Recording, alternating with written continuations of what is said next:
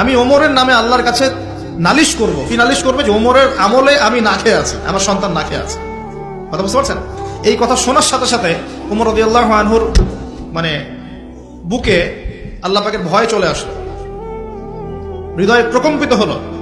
প্রকম্পিত হওয়ার পর তিনি নিজে চলে গেলেন মদিনায়, যেটাকে বলি আমরা বাইতুল মাল, রাষ্ট্রীয় সম্পদ যেখানে থাকতো ওটাকে বাইতুল মাল বলা হতো। সেখান থেকে একটা আটার বস্তা নিজের কাঁধে উঠিয়েছেন, উঠিয়ে নিজে পায়ে হেঁটে ওই মহিলার বাসায় যাচ্ছেন। তার পাশে থাকা একজন সাহাবী, তিনি বলছেন, তার নাম আসলাম রাদিয়াল্লাহু আনহু, তিনি বলছেন যে ইয়া আমিরুল মুমিনিন, হে আমিরুল মুমিনিন, আমাকে দিন, আনা আহমিলুক, আমি এটাকে বহন করে নিয়ে যাই, আপনি চলেন সাথে, সমস্যা নেই, আমি বহন করে নিয়ে যাই অ্যাটলিস্ট।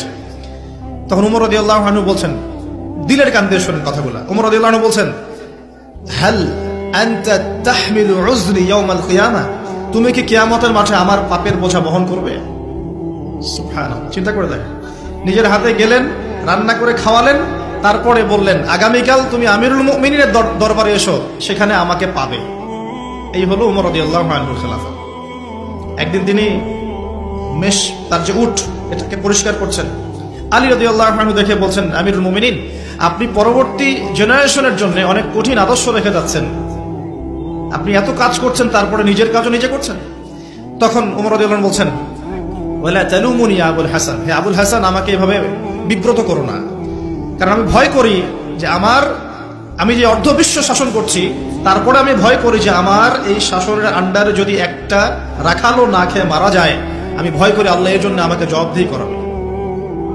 আরেকটা বলে শেষ করে দিই, আমর ইবনে আস রাদিয়াল্লাহু আনহু, তিনি একজন গভর্নর, কোথাকার? মিশরের। কার আমলে আছেন? ওমর রাদিয়াল্লাহু আনহুর সময়। তো তার ছেলের নাম হচ্ছে মুহাম্মদ। তো সেই মুহাম্মদ আমর ইবনে আসের ছেলে রাদিয়াল্লাহু আনহু।